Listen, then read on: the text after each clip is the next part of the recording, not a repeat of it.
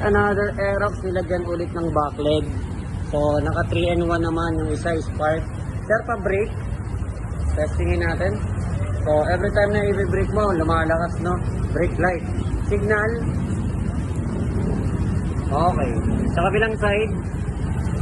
So, pag sumisignal, itong kabila gumuguhit. Steady. Brake light.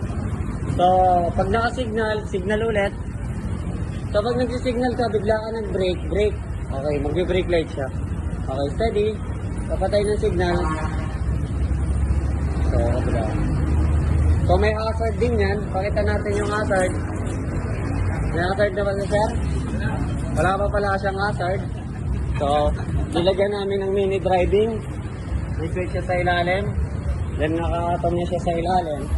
Atom na signal, park light. Then, may mini driving sa ilalim. Then naka JTA na signal light. So, yan yung signal, yung ano niya, mini driving. Sir, pa signal. So, signal niya, dual contact yan. Kabilang side.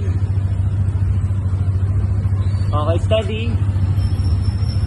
So, may passing na rin si sir. Passing. Okay. Pa-high. High ako ng headlight. Automatic at yung passing nito. Salamat, boss! Okay, boss lang natin. Sa loob, meron pa isang tinetest. And max naman. Yung mga naka-line up natin sa labas. Okay guys, finish product. Nilagyan namin yung bailout sa likod. Backlet. Then, sir, pa steady. So, nag-i-spark siya.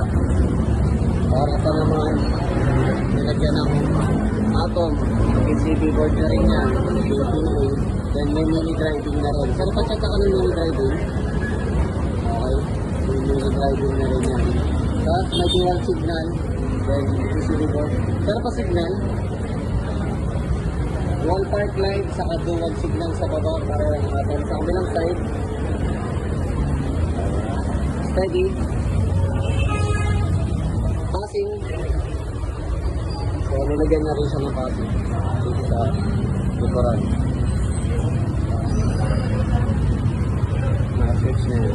Alright. Salamat, Pot. Yeah, 1G in the house.